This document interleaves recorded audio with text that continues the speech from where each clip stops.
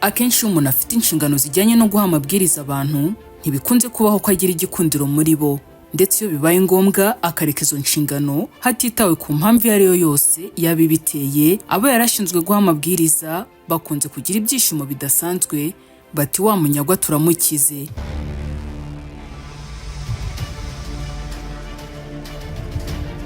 Nyamara ibi bitandukanye cyane n'ibyo abanyarwanda batari bake bagiye bavuga banavuga kuri ubu kwigeze kuba umuvugizi wa polisi y'u Rwanda CP Kabera, bakaba baramwitaga cyane Afande Kabera, aho abenshi bagiye bagaragaza ko uyu mugabo ubwo yavaga kuri uyu murimo yari ashinzwe babaye nk'abasuherirwa, bakavuga ko bazamukumbura kandi ari umwe mu babaye icyitegererezo mu gukunda umurimo n'inshingano bafite, nk'uko yabigaragazaga kenshi mu mabwiriza yatangaga kenshi, bikaba na ngombwa akajya byerekana mu ngero ziganjemo gutebya kwinshi ngo ababwirwa barusheho kubiha agaciro neza, banabyumve neza bataruhanyije.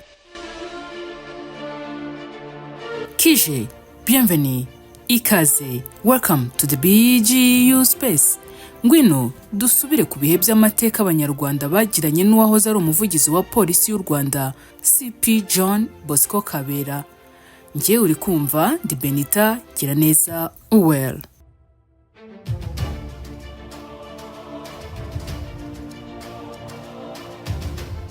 Mu myaka 5 yamaze afite inshingano zo kuba umuvugizi wa polisi y'u Rwanda, Afande Kabera nk'uko abanyarwanda muri rusange bamwitaga, yagaragaje itandukaniro mu gutanga amabwiriza akakaye ariko akayatanga na morali n'akamwenyu ku munwa, aho n'uwari kumubona atumvise neza ibyo avuga yari kugira ngo arimo atera urwenya bisanzwe, nyamara uwategaga amatwi neza yumvaga neza ko ibyo uyu mugabo yabaga avuga byabaga bikakaye, akazabyumva neza kurushaho yisanze yabirenzeho arimo ahabwa ibihano. Izi ni inshingano Bosco Kabera yahawe mu 2018, ariho yatangajwe ku mugaragaro kari uhawe izo nshingano ku itariki ya 29 Ukwakira muri uwo mwaka. Muri iki kiganiro turibanda cyane ku dushya dushingiye ku bukangurambaga CP Kabera yagaragaje mu gihe cye cyo kuba umuvugizi wa polisi y'u Rwanda, ibyatumye abanyarwanda benshi bakomeza kumugaragariza urukumbuzi afitiwe ku mbuga nkoranyambaga zigiye zitandukanye, nubwo ubu ahugiye mu zindi nshingano.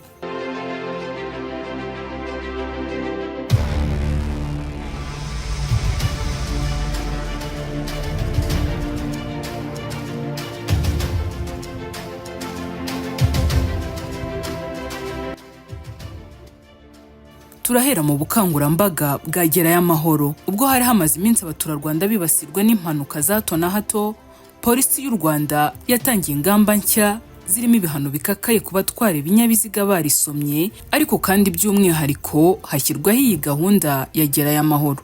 Muri iyi gahunda Afande Kabera yabaye intangarugero mu kwigiriye no kwishishikariza abaturarwanda, by'umwihariko abatwara nabi ibinyabiziga mu muhanda n'ababitwara barisomye. Ubutumwa bwa Gerayo Amahoro yagerageje kubusakaza mu bitangazamakuru bitandukanye kugeza n'ubwo yatangiye kujya yinjira mu nsengero, cyane cyane zizwiho kugira abakristo barisoma. Nubwo ubukangurambaga bwa Gerayo Amahoro bwari bugamije gukumira impanuka zo mu muhanda, CP Kabera ntiyatinye no kwinjira muri kiliziya no mu nsengero kwigisha imbaga y'abakristo babaga bateranye baje gusenga, no gahabwa umwanya wo kubigisha kwirinda impanuka. Amen. Gerayo Amahoro. Gerayo Amahoro. Gerayo Amahoro ubundi nta nubwo ari concept ya polisi gusa. Ngira ngo murabizi abakuru abato mu muco wa Kinyarwanda, iyo abashyitsi bakugendereraga bageraga muri ukabaringo ariko mwahageze amahoro, baba batashye ukaza kurikirana amakuru kamenya niba baratashye bakagera mu rugo amahoro. Siko bimeze? Ibi byatumye abantu benshi bamumenya ndetse bamushimira ukuntu yagerageje kwisanga ahantu hose. Muri icyo gihe Kiliziya Gatolika yifatanyije na polisi mu bukangurambaga bukomeye bw'umutekano wo mu muhanda. Ubukangurambaga kuri COVID. Kuva icyorezo cya COVID-19 cyakwaduka kikagera mu Rwanda, CP John Bosco Kabera yabaye ikimenya bose kugeza ubwo abanyarwanda hafi ya bose bari bamuzi ndetse n'ubu bamuzi. bamwe bakaba barasigaranye urwibutso rwa bimwe mu bikorwa yagiye agaragaramo by'ubu bukangurambaga bwo kwirinda COVID-19. Mu gihe cy'iki cyorezo ni kenshi yumvikanye nk'umuvugizi wa polisi atanga amabwiriza ya guma mu rugo, aho yajyaga kuri televiziyo na radiyo bikorera mu Rwanda akavuga ko kuva ku wa mbere kugeza ku cyumweru gahunda ari guma mu rugo. Kubera ko abantu batabyumvaga neza ndetse ntibishimiriye gahunda ya guma mu rugo, kandi byarumvikanaga rwose babaga bahangayikiye imibereho yabo yo gushaka ibibatunga buri munsi, cyane abatuye mu mujyi wa Kigali hafi y'abaturarwanda bose, aya mabwiriza yarababangamiye cyane. Gusa icyababangamiye kurushaho ni ukubera ko abantu barengaga kuri ayo mabwiriza haje no gushyirwaho ibihano, maze abarengeje amasaha yo gutaha bagafungirwa muri stade, abatambaye udupfukamunwa nabo bakajyanwa kuri stade, ndetse n'ibindi bihano bitandukanye harimo n'ibyari bijyanye no gucibwa amande mu gihe utubahirije amabwiriza. Mu gutanga aya mabwiriza yakundaga kubivuga wumva rwose asa n'utebya, ati ku wa mbere ni guma mu rugo, ku wa kabiri ni guma mu rugo, ku wa gatatu ni guma mu rugo, ku wa kane ni guma mu rugo, ku wa gatanu ni guma mu rugo, ku wa gatandatu ni guma mu rugo, no ku cyumweru ni guma mu rugo. Iyo yabivugaga uku, abenshi batangiraga gutekereza ko wenda nagera nko ku munsi wa gatatu cyangwa wa kane ari buvuge ko noneho bazagenda, ariko bagatungurwa nuko iminsi yose yayivugaga akarenzaho ko yose abantu bagomba kuguma mu rugo. Ibyo byasetsaga abantu. Yongeragaho no kuvuga ati ubundi urarambirwa mu rugo, urashaka kujya he handi? Guma mu rugo. Ibyo abantu akenshi bo babyumvaga barasekaga cyane, bakazatungurwa bahuye n'ibihano bikakaye. Benshi batungurwaga no gusanga babyisanzemo, ndetse n'ikimenyimenyi mu bafatirwaga muri ayo makosa hagaragayemo ingeri zose, zirimo abihaye Imana, abayobozi, abaturage, ndetse n'abageni n'abandi bose. Aho ndetse higeze kurazwa abageni muri stade, abantu bakabijyaho impaka bivugwa ko bitari bikwiye. Nyamara uyu muvugizi wa polisi yakomeje kuburira abantu kenshi ko iki cyorezo nta muntu cyatinyaga, ab'umugeni, aba bakoresheje ibirori, abagize anniversaire, ngo ntawe cyatinyaga, bose cyarabarebaga. Ikindi, CP Kabera yagize umuhate ukomeye muri iki cyorezo, aho hafi ya buri munsi yageragezaga gutanga amabwiriza bitewe n'aho icyorezo kigeze n'uko abantu bagomba kwitwara kugeza bagisohotsemo. Hari ubukangurambaga yatanze ku bijyanye n'umuvuduko n'ibyerekeye ibyapa. Mu mirimo Kabera yari ashinzwe harimo no kumenyekanisha ibikorwa bya polisi no kwagura imikoranire hagati yayo n'ibitangazamakuru bitandukanye.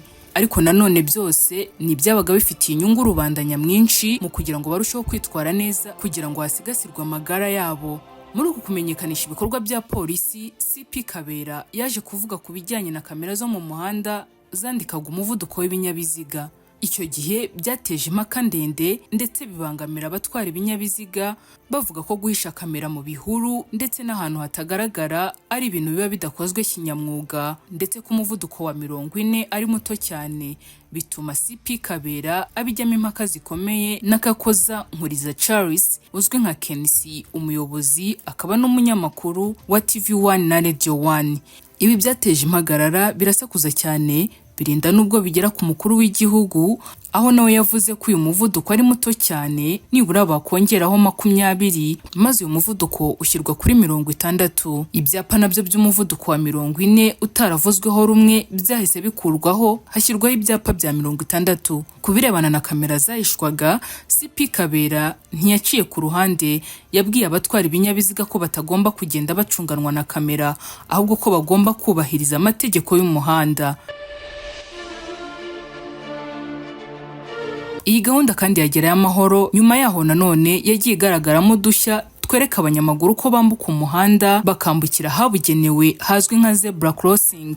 CP Kabera yafashe telefone ashyiramo ekuteri, maze atangira kugenda muri zebra crossing yerekana amakosa akorwa n'abiganjemo urubyiruko ndetse n'abiganjemo igitsina gore bakunze kugenda bambuka mu muhanda nk'abatabyitayeho, bitaba amatelefone bayarangariyemo, banagenda gake gashoboka.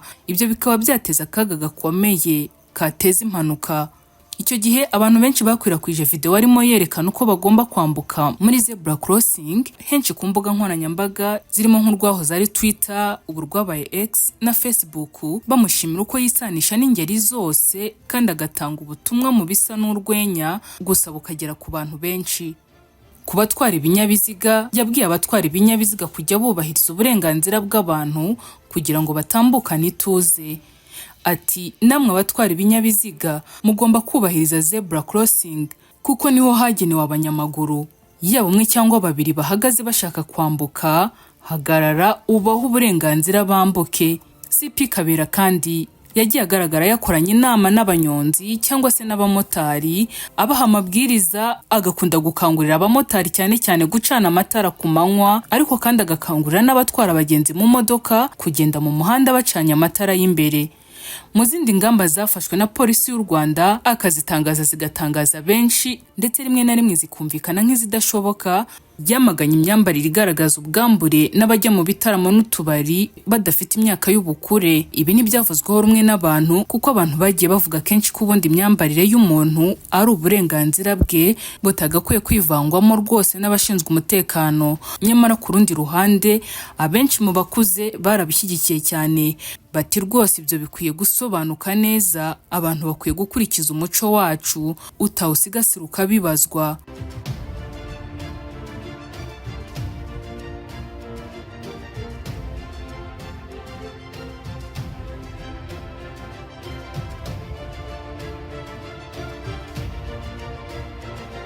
John Bosco Kabera yavuze ko ibyo bintu byombi bidakwiye ndetse hakazwa ingamba mu kubikumira, by'umwihariko abana bajyaga mu bitaramo batujuje imyaka.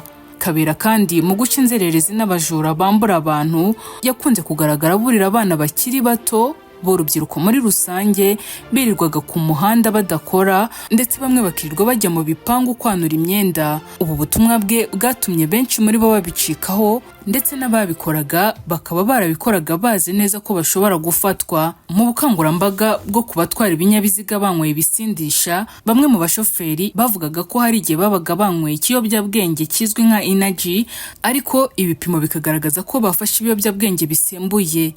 Kuri iyi ngingo CP Kabera yabahakaniye ko bagomba kubireka burundu, ko mu gihe cyose bazajya bapimwa bagasanga ko hari ikiyobyabwenge bashyize mu kanwa bazajya babihanirwa. CP Kabera yamenyekanye kandi agira ati mwanze kwitwa abanyonzi musigaye mwita abashoferi. Abantu rero nimwirinde gutwara amagare yanyu nijoro bwije kandi muzi ko mutagira n'amatara. Icyo kintu mucyandike. Yongeye gusetsa abantu kandi agira ati izuba rirenze hatangiye kwiza umwijima no gukubita akabando ku rutugu ugashogoshera ugataha. Yongera kubasetsa agira ati ikindi turabasaba kwirinda gutwara moto zanyu mwanyoye ibisindisha. Hari ibiyobyabwenge polisi zajya bapima. Umuntu wese ukoze impanuka cyangwa bareba yuko amaso yatukuye nuko gupima ibiyobyabwenge bakapima n'ibisindisha. Kukujyana kwa muganga hari laboratoire y'igihugu yabugenewe bakabapima amaraso, barangiza bagasanga amaso yatukuye wateye n'ibiyobyabwenge ntabwo ari bitotsi, hanyuma ugafata inzira yo gukorerwa idosiye no kujya hehe.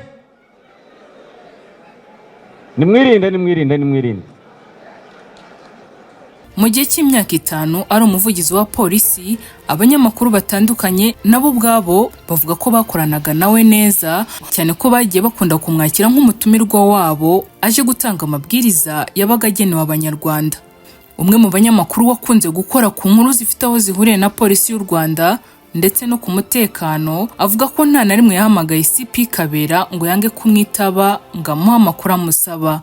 Ati iyo wasangaga ahuze kandi amakuru umusaba ari ayo mu ntara runaka, yahitaga abwira umuvugizi wa polisi muri iyo ntara akaguha amakuru.